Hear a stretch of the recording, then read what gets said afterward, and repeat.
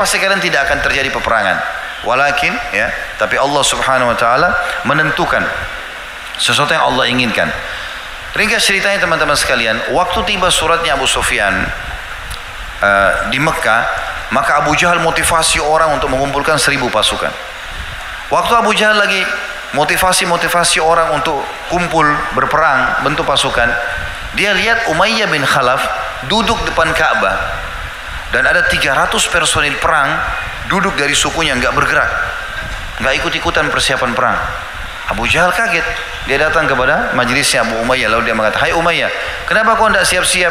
Bukankah hartamu juga banyak di situ?" Dia bilang, "Demi Allah saya nggak akan keluar," kata Umayyah bin Khalaf. Kata Abu Jahal, "Kenapa? Apa kau lupa apa yang dikatakan Sa'ad 3 bulan lalu? Kalau Muhammad menginformasikan kepada pengikutnya kalau mereka akan membunuhku." Kata Abu Jahal, "Itu dusta, kenapa kau percaya?" "Gak usah percaya, nggak akan terjadi." Kata Umayyah, "Tidak, saya tidak akan keluar. Apapun terjadi saya nggak mau keluar." Seperti itulah, dia ketakutan rupanya. Abu Jahal ini licik. Dia pulang ke rumahnya. Di Mekah dulu teman-teman, dupa itu dibagi 2, kayak kita wangi-wangian dibagi 2. Ada wangi-wangian khusus laki-laki, ada khusus perempuan. Jadi kalau lewat laki-laki pakai yang bau perempuan ini berarti tanda tanya. Ini berarti banci. Maka Abu Jahal ambil dupa istrinya. Ini masyhur, kalau ini dupa perempuan, diambil dibakar sama dia, dibawa ke dekatnya Umayyah. Lalu dia mengatakan, "Tatayyab, ini pakai hai Umayyah." Umayyah cium bau perempuan. Kata Umayyah, "Kenapa kau kasih saya ini minyak wangi perempuan?" Dia bilang, "Kau kan perempuan, pengecut, tidak mau perang." Gitu. Maka karena emosi Umayyah tepis tempat dupa tersebut. Dia bilang, "Saya akan ikut." Dia pulang ke rumahnya. Dia bilang sama istrinya, siapkan pakaian perang saya." Kata istrinya, "Apa kau mau ikut?" Dia bilang, "Iya." Istrinya ingatkan, "Apa kau lupa yang dikatakan Sa'ad 3 bulan lalu? Muhammad telah memberitakan pengikutnya akan membunuhmu." Maka dia bilang, "Iya, tapi saya dipermalukan oleh Abu Hakam. Saya dianggap perempuan, maka saya akan keluar sebentar, beberapa langkah dari luar, maka nanti saya kembali." Begitu kisahnya. Maka keluarlah dia. Subhanallah, takdir Allah berbeda dan mukjizat Nabi kelihatan. Apa yang terjadi?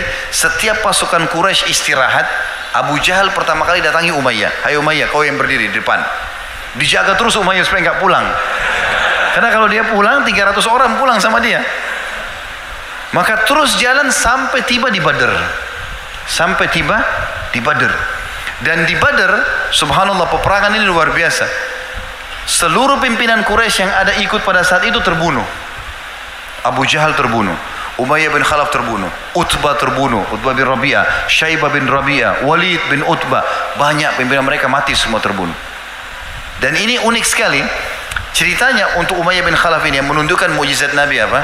Umayyah bin Khalaf ini dulu tuannya Bilal, yang siksa-siksa Bilal dulu di Mekah. Nah ini Umayyah yang taruh batu panas di dadanya, ini orangnya Umayyah ini ya. Anggaplah sekarang kita ya hukum Umayyah dengan cerita. Karena di sini Umayyah teman-teman datang, kemudian dia rupanya karena badannya besar jatuh dari kuda. Pasukan Quraisy kocar-kacir, lari semua ke Mekah. Lari semua ke Mekah. Pulang, yang lain banyak tertawan. Maka Umayyah bin Khalaf ini dia lihat Abdurrahman bin Auf lewat. Sahabat Nabi yang diambil masuk surga, dari 10 orang yang masuk surga. Dulu di Mekah namanya Abdurrahman bin Auf ini Abdu Wud. Wud itu berhala mereka, hambanya Wud gitu. Maka dia bilang, "Hai Abdu Wud." Abdurrahman nggak mau balik karena itu nama jahiliyah. Dan di situ waktu itu Abdurrahman lagi ngumpul-ngumpulin pedang, perisai, harta rampasan perang, gitu kan? Itu bisa jadi halal bagi muslimin. Dipanggil lagi, "Wahai Abdu Wud." Tidak mau balik. Lalu dia panggil, "Wahai Abdu Ilah." Ya, anak hambanya Tuhan. Abdurrahman balik. "Kenapa wahai Umayyah?" Abdurrahman juga pemimpin dulu, ada orang yang dikenal di Quraisy. "Kenapa?" Dia bilang, "Mau nggak kamu dapat lebih baik daripada pedang-pedang dan perisai itu?" Kata dia, "Tentu saja." Artinya sebagai rampasan perang. Kata dia apa? "Tawan saya. Kau tahu kedudukanku di Quraisy. Kau minta apa saja akan dibayar. Tawan saya daripada pedang-pedang itu kau ambil." Abdurrahman berpikir benar juga nih. Pedang berapa nilainya? Ini manusia besar nilainya nih. Maka sama Abdurrahman dipegang tangannya, mau dibawa ke kemah Nabi SAW dan disampaikan, ya Rasulullah ini tawananku, gitu kan? Belum sampai di kemah Nabi, Bilal lewat. Bilal dulu yang disiksa sama dia nih. Bilal lewat, Bilal bilang, Umayyah bin Khalaf, Ra'sul Kufur. Kau ini pemimpinnya orang kafir. Demi Allah kalau bukan kau mati, saya mati. Kata Abdurrahman, Bilal, tawananku, jangan ganggu, gitu kan? Kata dia, tidak bisa demi Allah, harus mati. Abdurrahman selalu tahan, jangan, ini tawanan saya. Artinya antara Abdurrahman sama Bilal ini mau nahan, ini mau bunuh. Bilal lihat, setiap kali dia mau arahkan pedangnya ke Umayyah, pasti Abdurrahman tahan sama badannya. Ini muslim, tidak mungkin kena pisau pedang, nanti berdosa dia. Dia rupanya Bilal lihat di kancah peperangan ada beberapa orang-orang Ansar asli Madinah, berapa 5-6 orang. Lalu kata Bilal, wahai saudara-saudaraku Ansar, kesinilah. Datang mereka. Apakah kalian ingat cerita dulu ada orang siksa saya di Mekah? Kata mereka, iya. Yang taruh batu panas, iya. Yang pukulin saya, ini orangnya. Ini orang, 7 Mei. Ini orangnya, bunuh dia. Kata Bilal. Kata mereka, ini betul Umayyah? Demi Allah harus mati ini. Kata orang-orang Ansar. Kata Abdurrahman, tidak boleh saudara-saudaraku Ansar, ini tawananku, jangan diganggu. Bilal lalu terus motivasi mereka, dia yang pukul saya, dia yang taruh batu panas. Sampai orang Ansar setuju sama Bilal. Nggak bisa Abdurrahman, kau cari tawanan lain, bunuh orang ini. Saking maunya Abdurrahman bela, karena dia pikir ini orang kaya, bisa dapat harta nanti dari dia. Disuruh Umayyah bin Khalaf tidur, tergeletak di padang pasir di situ, di tanah. Lalu Abdurrahman tidur di atasnya. Nggak boleh ada yang ganggu, tawananku ini. Kata Bilal, tusuk dari bawah. Ditusuk dari bawah kiri kanan sampai akhirnya Umayyah bin Khalaf mati. Dan subhanallah, mukjizat Nabi terbukti. Dan mati dengan kemahadilan Allah di tangannya orang yang pernah dia siksa, Bilal, gitu kan, radhiyallahu anhu. Dan ini teman-teman mukjizat yang luar biasa. Bagaimana tentang informasi ini terjadi? Ini informasi yang akan datang. Sekarang kita hubungkan ini dengan informasi yang sedang terjadi. Waktu sudah selesai kasus Umayyah bin Khalaf segala macam ini, rupanya ada 60 tawanan Badr. Nabi SAW iklankan, siapa yang mau menebus tawanan Badr, silahkan. Orang-orang Quraisy banyak datang dari Mekah, keluarganya yang masih ditawan dibayarin apa, ditebus dengan emas, dengan perak. Di Mekah ini rupanya ada anaknya Umayyah bin Khalaf tadi, namanya Safwan. Safwan ini nanti pembebasan kota Mekah masuk Islam, tapi di situ waktu itu dia masih kufur di perang Badr. Dia sekarang karena ayahnya mati, maka dia menggantikan jadi kepala suku. Di sebelahnya ada satu teman dekatnya namanya Umair ibn Wahab al-Jumahi. Ini juga nanti masuk Islam. Safwan ini ayahnya mati terbunuh. Umair ibn Wahab Jumahi ini anaknya tertawan. Dua orang bersahabat duduk depan Ka'bah. Lalu kemudian mereka saling ngobrol satu sama yang lain. Kata Umair, kata Safwan, sungguh tidak ada lagi nikmatnya hidup ya. Setelah orang-orang Quraisy banyak terbunuh, kita dipermalukan di Badar, 300 orang mengalahkan 1000 orang, harta-harta kita banyak direbut, gitu kan. Ayah saya pun terbunuh, anakmu tertawan. Maka kata Umair, demi Allah, andai saja ada yang siap menanggung utangku dan juga ya menanggung istri anakku, maka aku akan ke Madinah sambil dihenuskan pedangnya untuk membunuh Muhammad. Kata Safwan, kalau begitu anggap sekarang utangmu lunas, saya akan tanggung. Istri anakmu saya akan tanggung. Pergilah ke Madinah, bunuh Muhammad. Kata Umair, baiklah. Pergilah Umair ke Madinah. Di Madinah nih teman-teman, tawanan-tawanan Badr yang 60 orang lagi diikatin di tiang-tiang. Ada keluarganya datang mau tebus. Ya. Maka datanglah Umair ini. Tapi dia punya, zaman dulu ada tradisi juga ya, kalau orang taruh pedang di pinggang kanan atau pinggang kiri, ini cuma bisa model atau mungkin dia bersiap-siap saja kalau ada peperangan. Tapi kalau orang mau membunuh, itu dia ikat di dadahnya, pedangnya di sebelah kanan pundaknya, dia tinggal tarik. Itu tradisi orang Arab dulu. Umair ini datang, dia gantung pedang, diikat di dadanya. Dia lupa itu. Maka dia turun dari kudanya, dia datang pakai kuda. Umar melihatnya, lalu Umar mengatakan, aku mengetahui niat buruknya Umair karena pedangnya. Aku pun mengikutinya. Tapi tiba-tiba dia sudah ada di hadapan Nabi SAW.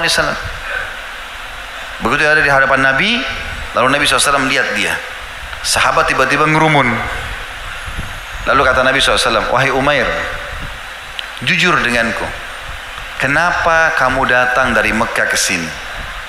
Kata dia, aku ingin menebus anakku. Gitu kan?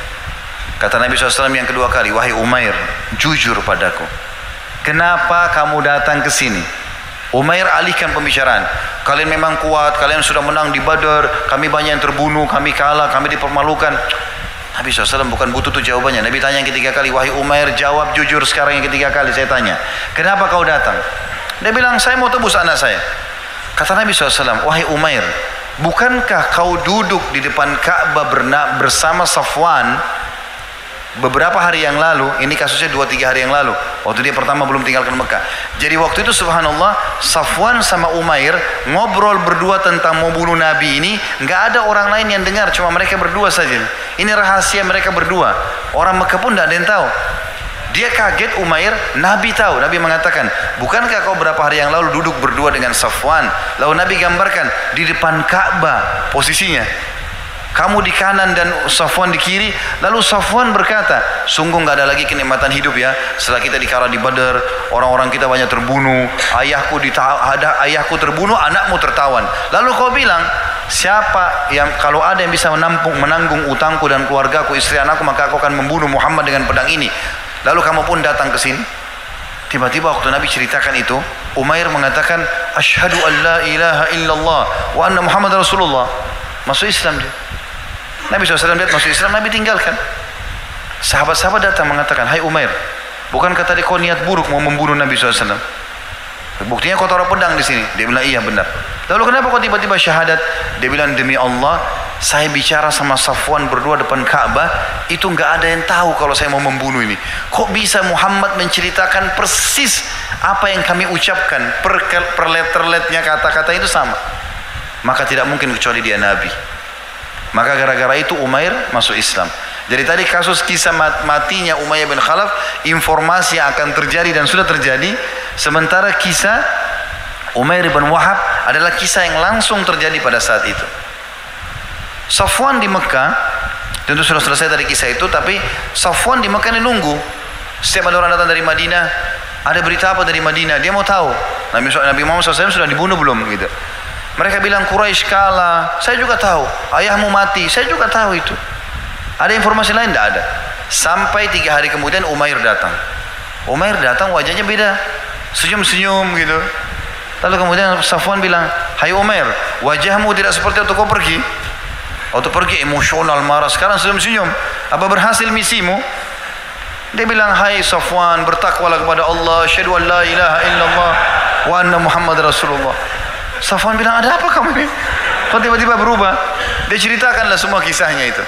Makanya Safwan meninggalkan dia, tidak jadi atau diputus hubungan sahabatan antara dia dengan Umair. Umair lalu ke Madinah dan tinggal bersama Nabi SAW. Tapi ini contoh informasi yang sedang terjadi teman-teman sekalian ya. Informasi yang sedang terjadi. Dan ini informasi, dan saya sengaja milih kisah ini karena menurut saya mungkin orang jarang membacanya. Tentu banyak kisah-kisah informasi yang lain ya. Seperti misalnya kisah informasi Mujahid itu tentang umat sebelum kita. Itu juga informasi. Dan sudah sering kita dengar kisah para nabi-nabi, ada surah Yusuf, surah Ibrahim, surah Yunus gitu kan. Informasi yang sedang terjadi juga banyak. Nabi SAW informasikan tentang akan menang di Khaybar, akan menang di sini, akan menang di Badar. Itu ada. Tapi informasi seperti ini masih jarang orang baca. Padahal ini dalam riwayat Sahih, riwayat Bukhari. Begitu juga dengan informasi akan datang, kita sudah tahu tentang tanda-tanda hari kiamat, gitu kan? Itu juga sudah disampaikan oleh Nabi alaihi salatu wassalam. Kisah yang lain juga yang unik teman-teman tentang masalah informasi ini adalah kisah Nabi SAW di perang Khaybar. Saya cukupkan dengan contoh 3 ini saja. Kisah tadi terbunuhnya Umayyah bin Khalaf, kisah masuk Islamnya Umair bin Wahab al-Jumahi, dan juga kisah Yahudi ini. Waktu Nabi SAW menyerang Khaybar di tahun 7 Hijriah, setelah kesepakatan Hudaybiyah, Nabi SAW menang waktu itu. Setelah menang sekian puluh hari mengepung benteng Khaybar, 9 benteng Yahudi semua ditaklukkan oleh Nabi SAW. Maka orang-orang Yahudi menyerahkan diri. Mereka sekarang jadi tawanan perang, jadi budaknya kaum muslimin. Seluruh harta mereka jadi harta muslimin, karena mereka diajak masuk Islam tidak mau, diajak bayar upeti nggak mau, maka terjadi peperangan dan mereka kalah.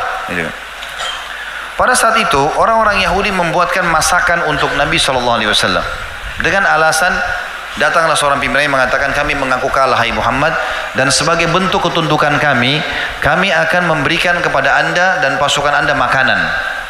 Kata Nabi SAW, lakukanlah, masaklah mereka. Ternyata ada satu wanita di situ yang memang sudah diatur dengan pendeta-pendeta Yahudi untuk meracuni makanan Nabi SAW. Dan mereka tahu betul Nabi SAW sangat gemar dengan paha kambing. Maka nampan yang pertama, ya, yang paling depan yang diangkat oleh orang Yahudi banyak ini, karena ini ada 1.400 pasukan Muslim, itu dibawa sekian ratus nampan, gitu kan.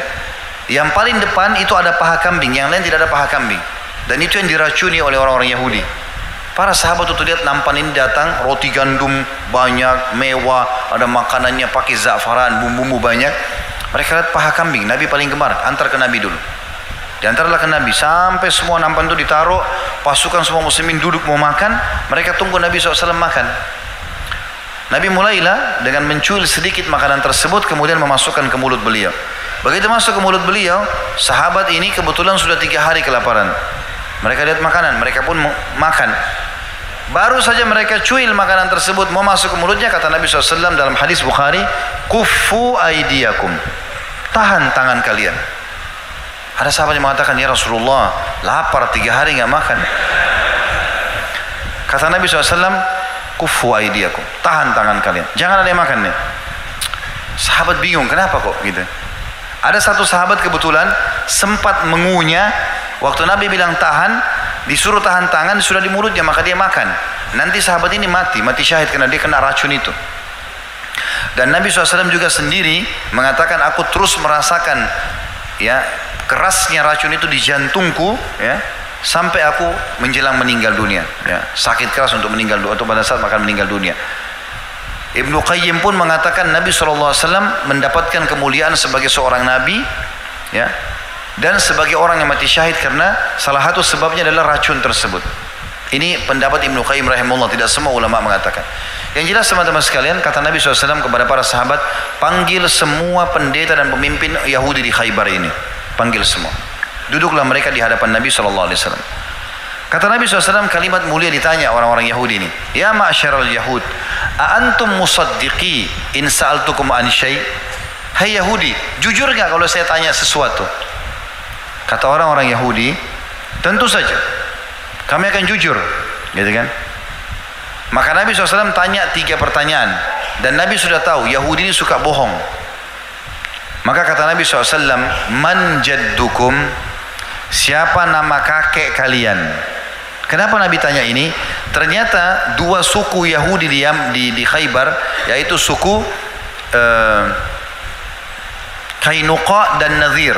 2 suku ini itu kakek mereka satu orang, tapi kakek mereka ini terkenal pengecut, badannya kecil, orangnya bodoh, tapi karena sudah terlanjur jadi pemimpin, mereka nggak mau menisbatkan nama mereka ke orang itu. Maka mereka cari satu orang Yahudi yang dikenal, fisiknya kuat, pemberani, lalu dikatakan itu kakeknya. Jadi mereka ubah jalur nasab mereka ke sini. Anak turunannya nggak tahu, dan ini dosa besar mengubah nasab. Walaupun orang tua kita non muslim, kita tidak boleh hapus namanya dia kan. Ringkas cerita, Nabi SAW tahu nama kakek mereka, wahyu menyampaikan. Kata Nabi SAW, siapa kakek kalian? Mereka bilang, kakek kami Fulan bin Fulan, ya, nama palsu tadi itu.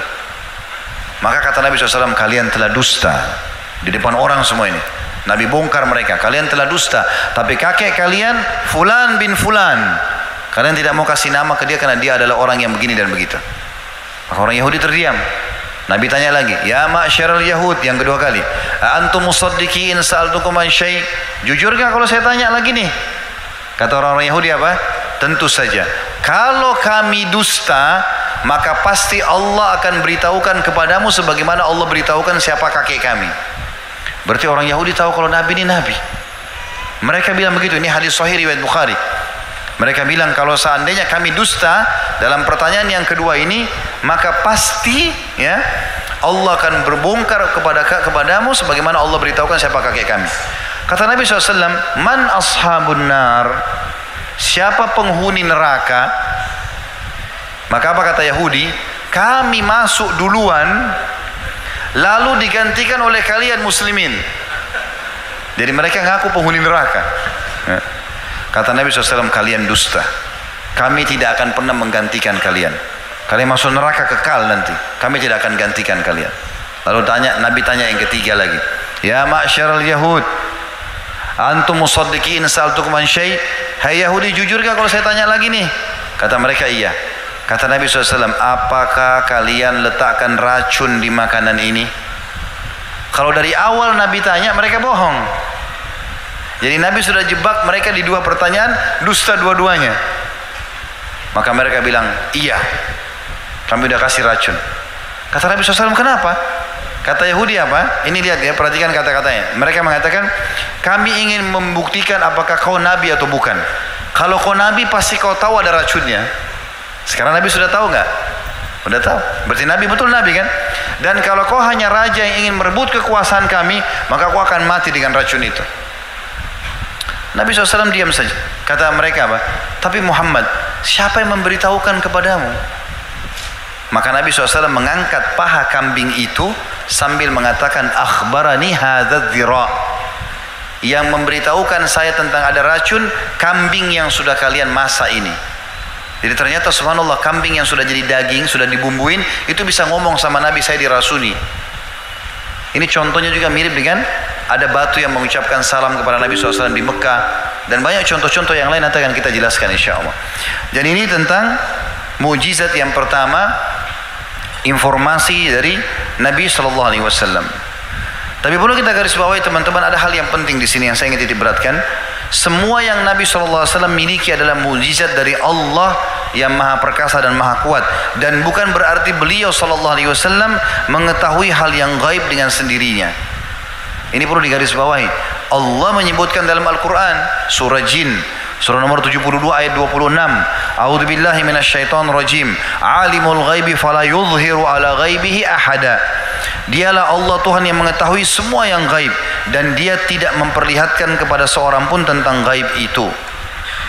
Bahkan Nabi Muhammad SAW seringkali kalau ada sahabat yang bertanya wahyu, hukum, kalau wahyu belum turun beliau diam.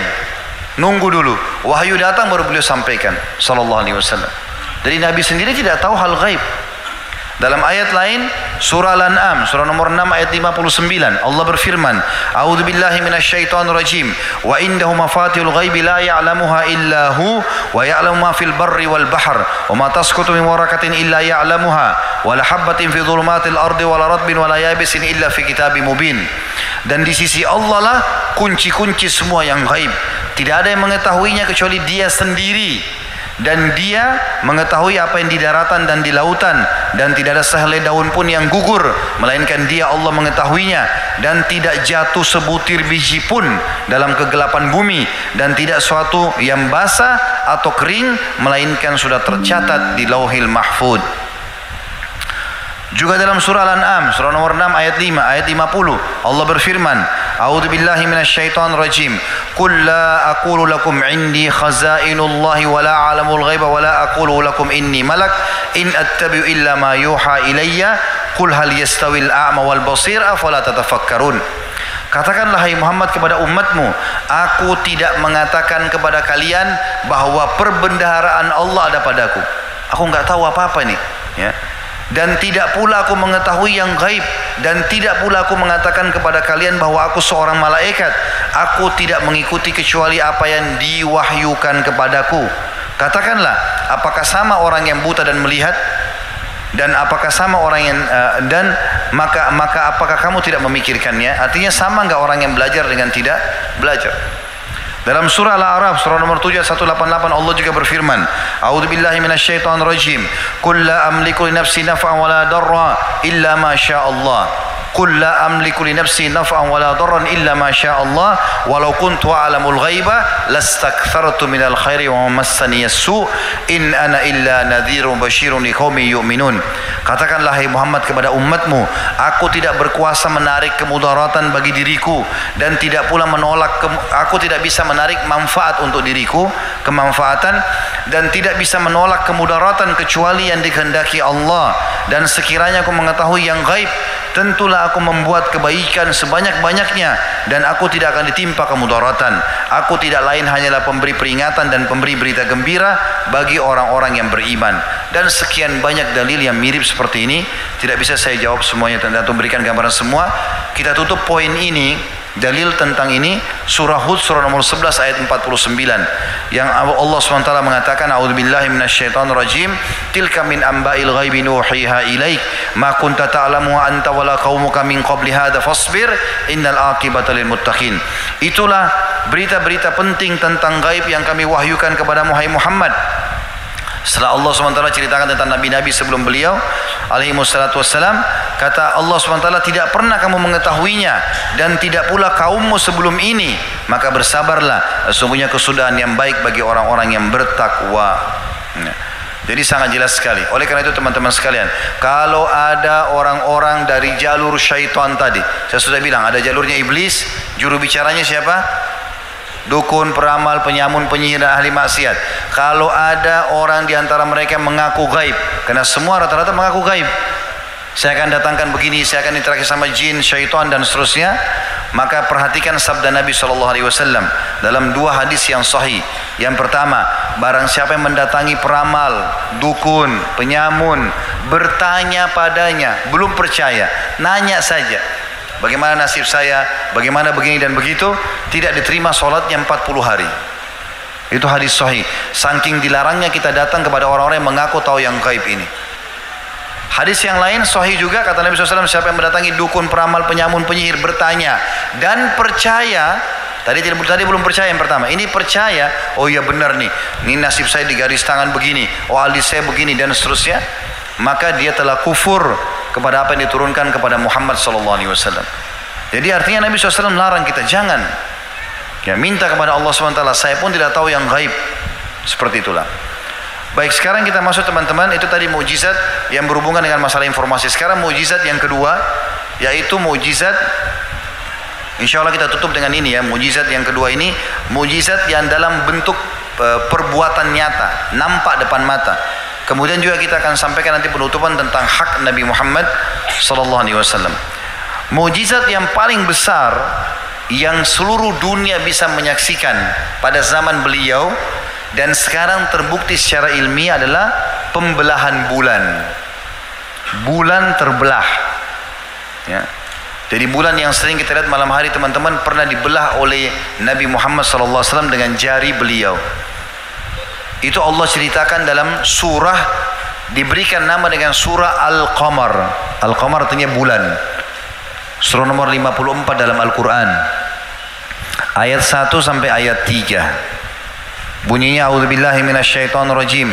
Iqtarabatis sa'atu wa insyaqqal qamar. Sungguh telah dekat kiamat dan benar-benar bulan telah terbelah. Wa iyarau ayatan yuridu wa yaqulu sihrun mustamir. Kalau saja mereka orang-orang musyrik Mekah melihat mukjizat ya pada diri Muhammad SAW ini, mereka berpaling dan berkata ini sihir yang terus-menerus dipertunjukkan. Di ayat 3-nya, wa kadzdzabu wattaba'u ahwa'ahum wa kullu amrin mustaqir. Lalu mereka mendustakan Nabi SAW dan mengikuti hawa nafsu mereka, sedang tiap-tiap urusan telah ada ketetapannya. Jadi kisahnya begini. Nabi Muhammad SAW pernah teman-teman sekalian lagi tawaf di Ka'bah di zaman fase Mekah dulu, belum hijrah ke Madinah, belum ada kekuatan umat Islam waktu itu. Maka yang terjadi adalah waktu itu lagi pertengahan bulan, bulan lagi purnama, terang sekali. Ini biasanya terjadi di tanggal 13, 14, 15 dari bulan Hijriah. Itu kita sunnahnya puasa dikenal dengan puasa Ayyamul Bid. Ya. Itu biasanya bulan terang. Maka orang-orang Quraisy sepakat ingin mempermalukan Nabi SAW, bukan ingin mendapatkan mukjizat ya, tapi ingin mempermalukan Nabi SAW. Maka ada satu orang berdiri lalu berkata, "Hai Muhammad, apa kau mau kami beriman?" Kata Nabi SAW, "Iya." Lalu mereka bilang, "Apa